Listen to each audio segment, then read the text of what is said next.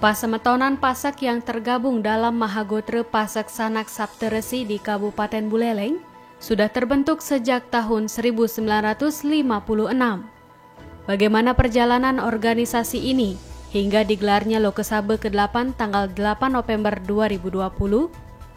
Berikut wawancara dengan Ketua MGPSSR Kabupaten Buleleng periode 2000-2020, DRS Nengah Gelgel MPD. Pembentukan proses semetonan pasak ini sebenarnya sudah ada sejak tahun 56. Kemudian penyempurnaan ke kabupaten akhirnya di Buleleng baru 3 ketua yang dalam waktu yang cukup lama itu untuk mengembangkan organisasi ini. Nah, khusus saya terima organisasi ini tahun 2000. Di tahun 2000 kondisi organisasi ini kan masih dalam proses perjalanan, sehingga saya menerima kapal besar dengan penumpang yang begitu besar dalam kondisi yang stagnan. Jadi antara jalan dan tidak itu terjadi. Inilah problem yang pertama yang menjadi beban saya pertama, itu adalah bagaimana saya mendinamisir, memberikan pemahaman kepada semetonan pasak yang secara notabene mereka hampir 90% tidak tahu atau tidak paham dengan siapa dirinya sebagai seorang pasak.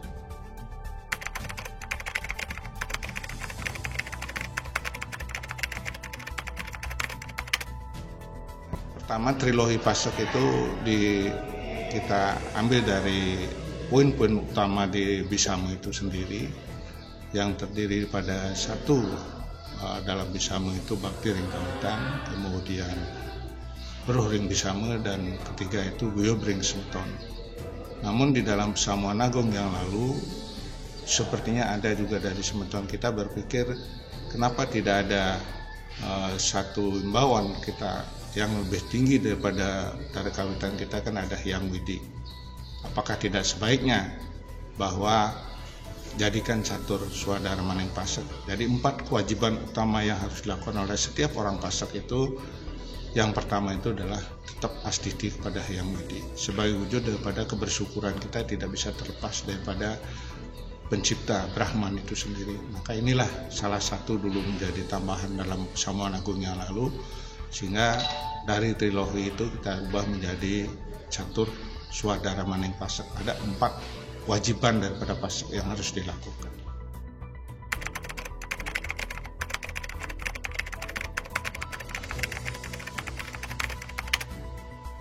Yang jelas paling mendasar itu adalah pertama bagaimana menggerakkan roda organisasi ini, yang secara realnya pada waktu dulu boleh dikatakan organisasi ini hidup segan, mati juga tidak mau.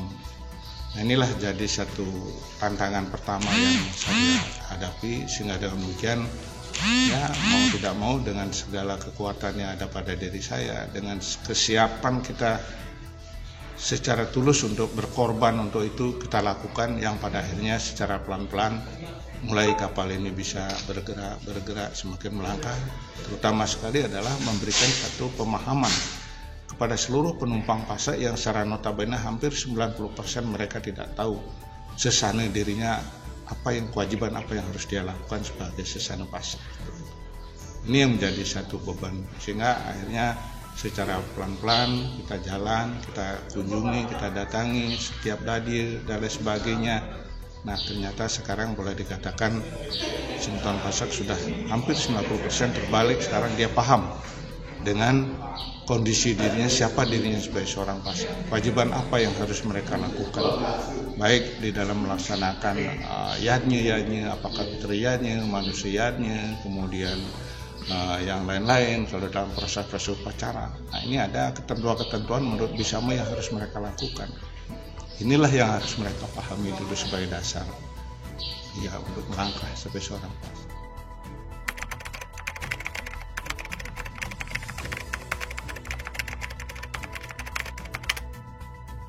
Tentunya kembali lagi kepada persoalan restu beliau dulu kan begitu. Selalu kita berusaha, kemudian upayanya adalah mencoba menghimpun dana dari Semeton secara pelan-pelan. Akhirnya kita juga berusaha untuk menggali dana untuk ini, makanya beberapa kali sudah kita coba lakukan undian.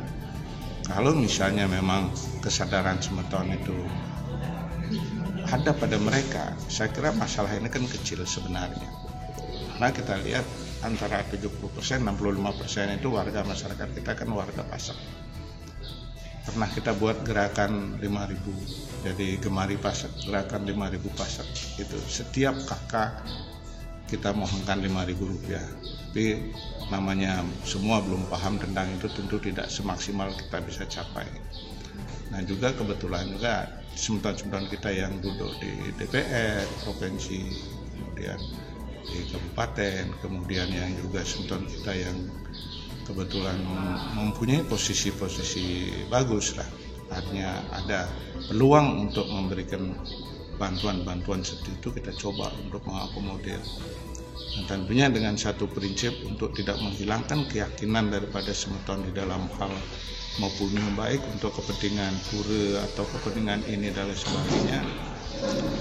Saya selalu menyampaikan bahwa saya bekerja di bawah sumpah hidup Dara Kawitan, untuk jangan sekali-kali mencoba untuk memanfaatkan pundi-pundi itu pada fungsi yang tidak wajar.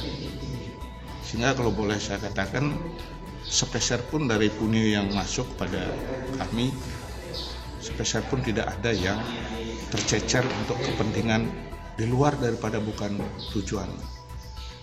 Mungkin dengan hal itu Semeton bisa mempercayai, meyakinkan, sehingga dengan demikian ya katakanlah secara perlahan-lahan proses ini belum selesai, masih membutuhkan uluran tangan kembali. Mungkin setelah Lokesabo ini kita akan coba imbau nanti dengan Semeton lain bagaimana kita menyelesaikan ini, lagi satu tahap saja untuk kita selesaikan.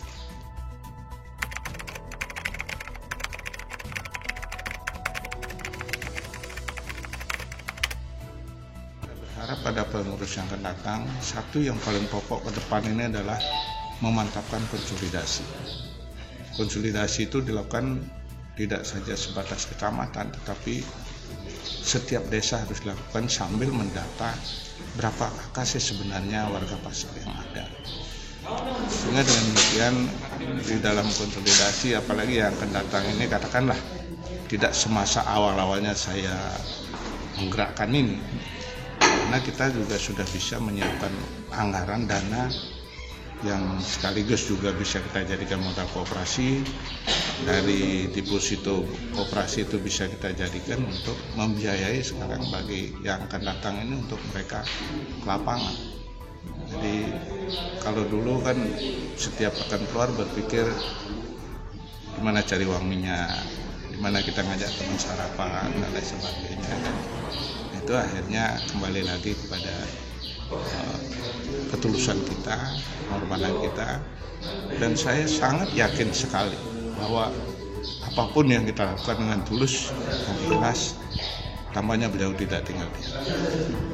Jadi seperti sekarang ini saya rasakanlah beberapa anugerah beliau yang boleh dikatakan cukup barangkali membekali saya menjelang masa pensiun atau masa tua ini, dan bisa kita jalani dengan baik. Keluarga damai, sehat semua, anak-anak jalan swadharmanya mereka masing-masing. Itu yang terpenting.